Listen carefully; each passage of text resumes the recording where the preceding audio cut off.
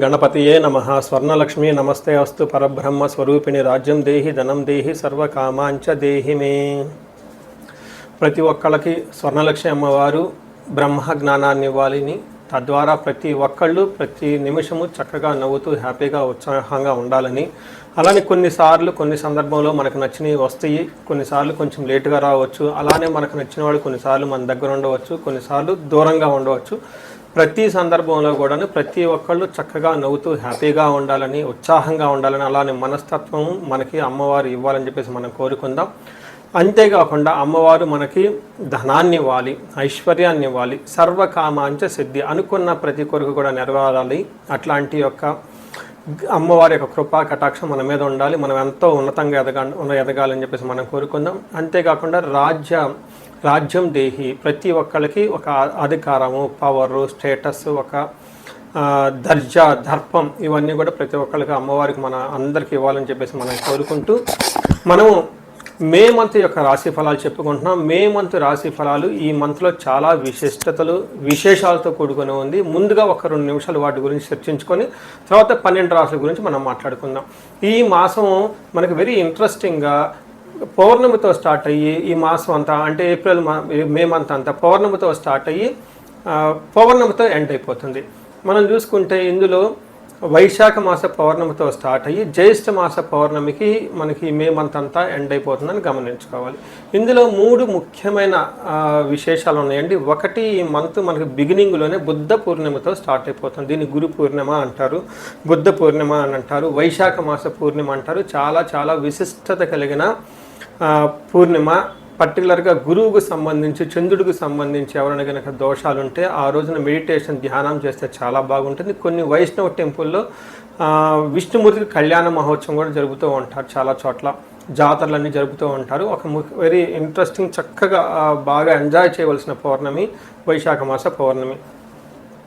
తర్వాత మనకి 12 తారీఖు హనుమత్ జయంతి ఉంది. ఇది చాలా చాలా ముఖ్యం. పర్టికులర్గా ఏలినాటి శని ఎవరికైతే ఉంటుందో, తర్వాత కుజుడు అనుకూలంగా ఎవరికైతే ఉన్నారో వీళ్ళు ఈ హనుమత్ జయంతిని చక్కగా జరుపుకోవాలని నేను కోరుకుంటున్నాను. ఆస్ట్రాలజికల్గా, అంటే జ్యోతిష శాస్త్రం ప్రకారం ఒక ముఖ్యమైన విషయం ఉందని అందరికీ బాగా తెలిసింది. కర్తరి అంటారు. అంటే సూర్యుడు కృతికా నక్షత్రంలో ప్రవేశించిన తర్వాత సూర్యుడి యొక్క తీవ్రత చాలా అధికంగా ఉంటుంది కాబట్టి ఈ 13 రోజులు 15 రోజులు కర్తరే అంటారు. ఈ రోజుల్లో ఎక్కువగా మంచి పనులు చేయకుండా నిషిద్ధం అని చెప్తూ ఉంటారు. అంటే ఈ మాసంలో కర్తరి వచ్చేటప్పటికి 11వ తారీఖున కర్తెర స్టార్ట్ అవుతుంది, 28వ తారీఖు కర్తెర ఎండ్ అయిపోతుంది అనమాట. ఈ ఉన్న మధ్యలో 15-16 రోజులు మనం చూసుకుంటే కర్తరి అంటారు. ఈ కర్తెరలో జనరల్గా బావులు తవ్వటాలు, తర్వాత వ్యవసాయానికి సంబంధించిన పనులు స్టార్ట్ చేయటాలు, వివాహాలకు సంబంధించి లేదా కొంచెం గృహప్రవేశాలు లాంటివి చేయకుండా ఉంటే మంచిది. అయితే ఈ కర్తెర ఆధ్యాత్మికానికి సంబంధించిన పనులు చేయడానికి చాలా చాలా యోగ్యతనిస్తూ ఉంటుంది. హోమాలు చేసుకోవచ్చు, విద్యారంభం చేసుకోవచ్చు, చాలా మంచి పనులు, ఆధ్యాత్మిక సంబంధించిన ఎలాంటి పనులైనా చక్కగా చేసుకోవచ్చు. అలానే ఇంటికి సంబంధించిన పనులు, పాత ఇంటికి సంబంధించిన పనులు అవన్నీ చక్కగా చేసుకోవచ్చు. ఆల్రెడీ అంతకుముందు వివాహానికి సంబంధించిన పనులు చేస్తుంటే ఈ టైంలో కూడా కంటిన్యూ చేసుకోవచ్చు. అయితే కొత్తగా మాత్రం కొన్ని విషయాలు మాత్రం చేయకూడదని చెప్తుంటారు. సో ఇందులో ఇంతే కాకుండా జ్యోతిష శాస్త్రం ప్రకారం 4 గ్రహాలు ఈ మాసంలో కూడా మారుతూ ఉన్నాయి. ఇది కూడా ఒక ముఖ్యమైన విషయం. మనం ఇక ముందు వీడియోలో ఈ 4 గ్రహాల యొక్క ఇంపాక్ట్ ప్రతి రాశికి ఎలా ఉందో మనం తెలుసుకుందాం. మనం మిథున రాశి చూస్తే ఇందులో ఉన్న నక్షత్రాలు మృగశిర 3-4 పాదాలు, ఆరుద్ర 1-2-3-4 పాదాలు, పునర్వసు 1-2-3 పాదాలు అంతా మిథున రాశిలో ఉంటారు. పేరు బలం బట్టి చూస్తే ఇందులో కా, కీ, కు, ఖం, జ్ఞ, చ, కే, కో, హ అన్న లెటర్స్ అంతా కూడా మిథున రాశిలో ఉంటారు. మనం ముందుగా చెప్పుకున్న విధంగా 4 గ్రహాలు మారుతూ ఉన్నాయి. అందులో ఫస్ట్ మారేది కుజుడు 11వ తారీఖున, 14వ తారీఖు వచ్చేటప్పుడు శుక్రుడు, 15వ తారీఖున 2 గ్రహాలు ఒకేసారి మారుతూ ఉన్నాయి. అవి కూడా సూర్యుడు ప్లస్ బుధుడు అని మనం చెప్పుకోవచ్చు. ఈ యొక్క గ్రహాల మార్పు వల్ల మనకి లఘు గోచారము లేదా సూక్ష్మ గోచారం అన్న కాన్సెప్ట్లో మహర్షులు మన గ్రంథాలు ఏం చెప్పారో ముందుగా తెలుసుకొని ఆ తర్వాత ఒక్కొక్క గ్రహాన్ని గురించి వివరించుకుంటూ వద్దాం. ఇందులో సూర్యుడు మీరు చూస్తే 12వ హౌస్లో 15 రోజులు అండి, తర్వాత 11వ హౌస్లో 15 రోజుల తర్వాత 12వ హౌస్లో మారటంతో మిక్స్డ్గా ఉంటారు, కానీ చాలా బాగుంటుంది సూర్యుడు. అంటే కొంచెం లైట్గా ఇబ్బంది పెట్టే విధంగా ఉన్నా కానీ ఓవరాల్గా బాగుంటుంది అని గమనించుకోవాలి. ఏ ప్రకారంగా అంటే విత్త లాభం ఫస్ట్ 15 రోజులు సూర్యుడు బాగా సపోర్ట్ ఇచ్చి ధనం సంపాదించుకోగలుగుతారు. తర్వాత ధనచ్ఛేద అంటే విపరీతంగా ధనం ఖర్చు అయిపోయే అవకాశం ఎక్కువ ఉంటుంది అని గమనించాలి. తర్వాత కుజుడు 11వ స్థానంలో ఉండటంతో రియల్ ఎస్టేట్లో ఉన్న వాళ్ళకి కానివ్వండి, బంగారం కొనుక్కోవాలనుకున్నా కానివ్వండి, తర్వాత అన్నదమ్ముల వల్ల కానివ్వండి, తర్వాత ధైర్య సాహసాల వల్ల, రిస్క్ టేకింగ్ ఎబిలిటీస్ వల్ల చక్కగా కలిసి వచ్చే అవకాశం ఉంటుంది. ఇది ఒక మంచి పొజిషన్ అని చెప్పుకోవచ్చు. ఇలా సూర్యుడు కుజుడు ఇద్దరు చక్కగా కలిసి రావటం ఇంకా బాగుంటుంది. అఖిల విషయ భోగం, అన్ని విషయాల్లో భోగప్రదంగా ఉంటుంది. ఇది శుక్రుడి వల్ల అని గమనించాలి. తర్వాత బుధుని వల్ల అవమానాలు జరిగే అవకాశం ఉన్నప్పటికీ కానీ మీరు చాలా తెలివితేటలుగా చాకచక్యంగా వాళ్ళకి మళ్ళా రివర్స్ టెండర్ పెట్టేసి వాళ్ళని కింద డౌన్ కూర్చోబెట్టేస్తారు. సో ఏ ప్రకారంగా చూసినా ఈ మే మంత్లో మిథున రాశి వాళ్ళకి బాగుందని గమనించాలి.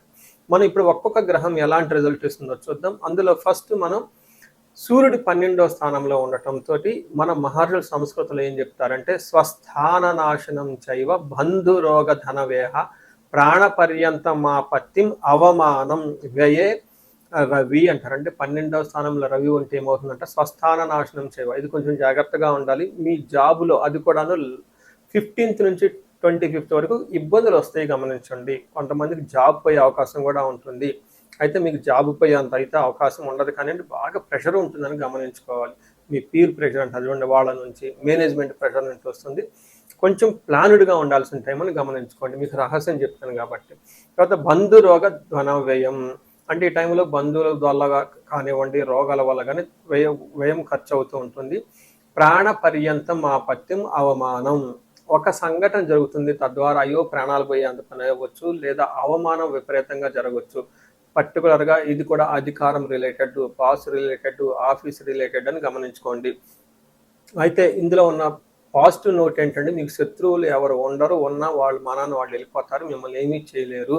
పెద్ద పెద్ద రోగాలు కూడా అయితే ఏమీ వచ్చేదని గమనించాలి. అయితే మనకి ఇంకొక ముఖ్యమైన విషయం, ఇంపార్టెంట్ విషయం, కుజుడు మీకు 11వ స్థానంలో ఉండటం చాలా చక్కగా కలిసి వస్తుంది.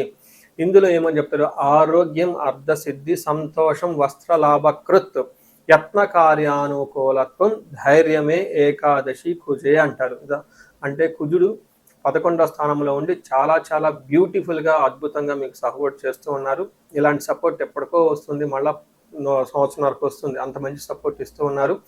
ఇందులో ఏం చేస్తారు, ఆరోగ్యం బాగుంటుంది, ధనలాభం బాగుంటుంది, సంతోషం బాగుంటుంది, షాపింగ్ చేసి మంచి బట్టలు కొనుక్కుంటారు. యత్న కార్యానుకూలత్వం, మీకు ముందు కొంచెం జాబ్లో ప్రాబ్లంగా ఉంది అని చెప్పుకున్నాను కాబట్టి, అయితే కుజుని వల్ల కొంచెం క్లవర్గా ఉండేసి మంచి ఎఫర్ట్ పెడితే అనుకున్న పనులు సాధించుకునే అవకాశం కూడా ఎక్కువ ఉంటుంది.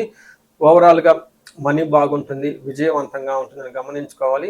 ఇంకొక విషయంలో జాగ్రత్తగా ఉండాలి, డిస్ట్రక్షన్ ఆఫ్ ఫైనాన్స్ కూడా చూపిస్తుంది. అనుకోని విధంగా మీరు కూడబెట్టిన ధనం పోయే అవకాశము, నగలు పోగొట్టుకునే అవకాశం ఉంటుంది. ఇప్పుడు పెళ్ళిళ్ళ సీజన్ కాబట్టి అటు ఇటు ట్రావెల్ చేస్తూ ఉంటారు కాబట్టి 1కి 2 సార్లు మీ నగలు లేదంటే కష్టపడి సంపాదించుకున్న ధనాన్ని చాలా జాగ్రత్తగా పెట్టుకోండి. పోగొట్టుకోవటం చాలా ఈజీ. మీకు తెలుసు, కష్టపడాలంటే కొన్ని నెలలు కష్టపడితే కొద్దో గొప్ప కూడబెట్టుకొని మనం సంపాదించుకోగలుగుతాము. అయితే ఇలా సంపాదించుకున్న దాన్ని జాగ్రత్తగా పెట్టుకోవడానికి ఇంకా ఎక్కువ కష్టపడాలి, పోగొట్టుకునే అవకాశం ఎక్కువ ఉంటుంది కాబట్టి జాగ్రత్తగా ఉండండి. శుక్రుడు మీకు ఫస్ట్ హౌస్లో ఉండటం అగైన్ ఇక్కడ చాలా మంచి చేస్తూ ఉన్నారు. ఇందులో అర్ధలాభాచ స్త్రీ సౌఖ్యం పరస్త్రీ సంగమం తద యత్నకార్య లాభ స్యాత్ జన్మగే భృగునందని అని చెప్తారు. అంటే దీంట్లో ఏమవుతుంది, ధనలాభం వస్తుంది, మనస్సౌఖ్యంగా ఉంటుంది, పరస్త్రీలతో లేదా పరపురుషుల నుంచి సపోర్ట్ బాగా వస్తుంది. అంతేకాకుండా చేసిన పనుల వల్ల ధనలాభం వస్తుందని గమనించుకోవాలి. అంటే ఒక మంచి భార్యాభర్తల మధ్య కానివ్వండి, స్త్రీ పురుషుల మధ్య కానివ్వండి, పెద్దవాళ్ళు చిన్న వాళ్ళ మధ్య ఒక పరస్పర అవగాహనతోటి చక్కగా ముందుకి అందరితో కలుపుకొని వెళ్ళిపోయే టైం ఉందని మీరు గమనించాలి. తర్వాత మీకు ఇందులో ఉన్న నక్షత్రాలు అంగగోచారం, సూక్ష్మ గోచారం అన్న ఒక కాన్సెప్ట్ మన మహర్షులు ఇచ్చారంటే it's a very beautiful concept. ఇందులో మృగశిర, ఆరుద్ర, పునర్వసు 3 నక్షత్రాల వారిగా చూసుకుంటే ఏ నక్షత్రం వాళ్ళకి ఎలా ఉందో చూద్దాం. ఇందులో మృగశిర నక్షత్రం వాళ్ళకి ఫస్ట్ క్షేమంగా ఉంటారు, సౌఖ్యంగా ఉంటారు. లాభప్రదంగా ఉంటుందని గమనించాలి. అయితే ఛాలెంజెస్ ఎక్కడ ఉన్నాయంటే మృత్యు భయము నాశనము అని చూపిస్తుంది. అనుకున్న పని ఎక్కడో మీకు ఆగిపోవటంతో దాని ద్వారా భయపడుతూ ఉంటారు. ఫ్యూచర్ ఎలా ఉంటుంది, అసలు ఆ పని ముందుకెళ్తారా ఏంటి అనేది కొంచెం అలజడిగా గురయ్యే అవకాశం ఉంటుంది. అలానే ఆరుద్ర నక్షత్రం వాళ్ళకి క్షేమంగా ఉంటారు, లాభప్రదంగా ఉంటారు, సౌఖ్యంగా ఉంటారు, ఫారిన్ వెళ్ళే అవకాశం ఎక్కువగా ఉంటుంది. ఫారిన్ రిలేటెడ్లో ఉన్న వాళ్ళకి చాలా చక్కగా ఉంటుంది. అంతేకాకుండా మృష్టాన్యము మృత్యు భయము చూపిస్తూ ఉంటుంది. వీళ్ళు మంచి మంచి ఫుడ్ తింటూ ఉంటారు. మృత్యు భయము కొంచెం భయపడుతూ ఉండే అవకాశం ఎక్కువ ఉంటుందని గమనించాలి. అలానే పునర్వసు నక్షత్రం వాళ్ళకి పరవాసం ఉంటుంది, సౌఖ్యం ఉంటారు, క్షేమంగా ఉంటారు, లాభప్రదంగా ఉంటుంది. అయితే వీళ్ళకి దేహ పీడనము నాశనము చూపిస్తుంటుంది. అయితే శారీరకంగా అలసట ఉండటంతో పాటు ఇంకొకటి ముఖ్యంగా గమనించుకోవాల్సింది శుక్రుని వల్ల, అంటే జెంట్స్ అయితే లేడీస్ అయితే జెంట్స్ ద్వారా మీరు తలపెట్టిన పని ఆటంకాలు కలిగించి ఇబ్బంది పడే అవకాశం ఉంటుందని గమనించుకోవాలి. సో ఎక్కువగా ఆరుద్ర పునర్వసు నక్షత్రం వాళ్ళు కొంచెం హార్డ్ వర్క్ చేయాల్సిన అవసరం ఉంటుంది. కొంచెం అంటే లేట్గా పనులు అవడంతో ఎక్కువగా శ్రమ ఎక్కువగా పెట్టవలసి ఉంటుందని గమనించాలి. తర్వాత ఆరుద్ర నక్షత్రం వాళ్ళు కొంచెం మానసికంగా ఆందోళన ఎక్కువగా ఉంటుంది కాబట్టి దుర్గాదేవి ధ్యానం చేస్తే చాలా బాగుంటుంది. ఈ రాశి వాళ్ళకి అంతా బాగుంది కాబట్టి ఒక్క సూర్యుడు మాత్రం ఇబ్బంది పెట్టే విధంగా ఉండటంతో సూర్య అష్టకం చదవటం, సూర్యుడికి ఆర్గ్యం ఇవ్వటము, మీకు గోధుమలు ఒక ఆవుకి తినిపించడము లేదంటే దానం చేయటం ద్వారా మీకు చాలా బాగా కలిసి వచ్చే అవకాశం ఉంటుందని సూర్య నమస్కారాలు చేయండి. సో మీరు రాశి వాళ్ళకి దాదాపు ఒక 75 to 80% బాగుంది కాబట్టి మంచి రాశి బాగుంది. ఎవరికైనా ఇంకా ఏదైనా కనుక ప్రాబ్లం ఉంటే ఈ రాశి వారికి ముఖ్యంగా ఎవరైతే ఏజ్ 35 నుంచి 45 మధ్యలో ఉన్నారో వాళ్ళకి ఒక రీసెర్చ్ గ్రూప్ లాగా స్టడీ చేస్తున్నాను నేను. ఎవరికైనా గనక ఆర్థికంగా ఇబ్బందులు పడిపోతూ ఉంటే స్వర్ణలక్ష్మి విశేష హోమం అని ఉంటుంది, దాన్ని చక్కగా జరిపించుకోండి. తద్వారా మీకు బహుముఖ ఆదాయము వనరుల ద్వారా వచ్చే అవకాశం ఉంటుంది. మల్టీ సోర్సెస్ ఆఫ్ ఇన్కమ్ వస్తుంది. అంతేకాకుండా భార్యాభర్తల మధ్య చాలా చక్కగా అన్యోన్యంగా ఉండాలి, అభివృద్ధి జరగాలనుకున్నప్పుడు అన్యోన్య దాంపత్య పాశుపత అభిషేకము లేదా విశ్వావసు గంధర్వరాజ అభిషేకం అని ఉంటుంది, దాన్ని చక్కగా జరిపించండి. అంతేకాకుండా చాలాసార్లు మేము చండీ హోమాలు ఎక్కువ జరిపిస్తూ ఉన్నాము. లాస్ట్ మంత్ చూసుకుంటే చాలా చండీ హోమాలు చేశాము. ప్రతి ఒక్కళ్ళకు కూడా శత్రు బాధలు ఉన్నా లేదంటే కోర్టు వ్యవహారాల్లో సరైన అట్టిడు కాకుండా మధ్యలో ఆగిపోతున్న మీరు ఆఫీసుల్లో ఒక మంచి మేనేజర్ లెవెల్ పొజిషన్లో ఉండి సీనియర్ పొజిషన్లో ఉన్న మీ మీద ప్రమోషన్ రాకుండా అడ్డుపడుతున్న వేరే వాళ్ళు మేము కావాలని ఇబ్బంది పెడుతున్నా కానీ ఇలాంటి వాళ్ళు చండీ హోమం చేయించుకున్న, అలానే రాహు దశ ఎవరికైతే నడుస్తుందో వాళ్ళంతా రాహు అంతర్దశలో వాళ్ళు ఉన్నారో చండీ హోమం చేయించుకుంటే చాలా బాగుంటుంది. అంతేకాకుండా ఇది పిల్లలకి అకాడమిక్ టైం కాబట్టి మనకి విద్య బాగా రావటానికి మనకి 3 రకాల దేవతలను ఉపాసన చేస్తూ ఉంటారు జనరల్గా. హయగ్రీవ స్వామి, మేధా దక్షిణామూర్తి, నీలా సరస్వతి. మీ యొక్క ఇండివిజువల్ యొక్క జాతకం చూపించుకొని ఒక్కసారి మీ యొక్క జాతకానికి అనుగుణంగా ఏ దేవతలకు సంబంధించిన ఉపాసన చేస్తే బాగుంటుంది, ఆరాధిస్తే బాగుంటుందో తెలుసుకొని తద్వారా ఆ యొక్క దేవతలకు పర్టికులర్ మేధా దక్షిణామూర్తికి మూలమంత్ర జపము, హోమము, దానాలు ఇవన్నీ చేసుకుంటూ ఉంటే అకాడమిక్స్లో పెర్ఫార్మెన్స్ వచ్చే అవకాశం ఎక్కువ ఉంటుంది. ఇవి కాకుండా మీకు ఎలాంటి సమస్య ఉన్న కాలసర్ప దోషం ఉన్న పర్టికులర్గా వివాహానికి, ఇది మ్యారేజెస్ టైం కాబట్టి మీకు 28 సంవత్సరాలు 27 వచ్చి ఇంకా వివాహం పోవట్లేదంటే ఖచ్చితంగా ఏదో ఒక దోషం ఉంటుంది. అవన్నీ చూపించుకొని పరిహారాలు చేయించుకుంటే తీవ్రతను బట్టి చక్కగా పెళ్ళే అవకాశం ఎక్కువ ఉంటుంది. ఇవి కాకుండా మీ లైఫ్ అప్పటిదాకా 35 ఇయర్స్ వరకు చాలా బాగుంది, మాకు 35, 45 మధ్యలో ఉండి అనుకోని విధంగా మేము మధ్యలో కెరీర్లో ఆగిపోయాము, స్టాగ్నేషన్ పీరియడ్ వచ్చింది, కన్ఫ్యూజన్ వచ్చింది, ఎటెల్లలో అర్థం కావట్లేదు అనుకున్న వాళ్ళు ఒక్కసారి జాతక చక్రం చూపించుకొని ఎందుకు ఇది వచ్చింది, దానికి ఏమన్నా శాపాలు ఉన్నాయా లేదంటే ఏమన్నా గ్రహ దోషాలు ఉన్నాయో తెలుసుకొని ఆ శాపాలు ఆ గ్రహ దోషాలు తీసేసుకుంటే లైఫ్ 10 ఖచ్చితంగా ముందుకెళ్తూ ఉంది. ఇంకా ఒకటి, ఎవరికైతే ఏలినాడు శని, అర్ధాశ్రమ శని, తర్వాత అష్టమ శని నడుస్తూ ఉందో వాళ్ళందరూ కూడాను చక్కగా సంపూర్ణ శాంతి పూజలు చేయించుకోవాలని చెప్పేసి, మీకు ఎలాంటి సమస్య ఉన్నా కానీ దానికి చక్కటి పరిష్కారం ఉంది. ఎలాంటి కన్ఫ్యూజన్ ఉన్నా దానికి పరిష్కారం మీ జాతకంలోనే ఉంది. చక్కగా పరిష్కారాలు చేసుకొని మీరు జీవితంలో 10 ముందుకు ఎలా ఎదగాలని, మీకు అష్టైశ్వర్యాలు కలగాలి, భోగభాగ్యం కలగాలి, చక్కగా సమాజంలో ఉన్నతంగా ఉండాలని చెప్పేసి నేను కోరుకుంటున్నాను. నమస్తే.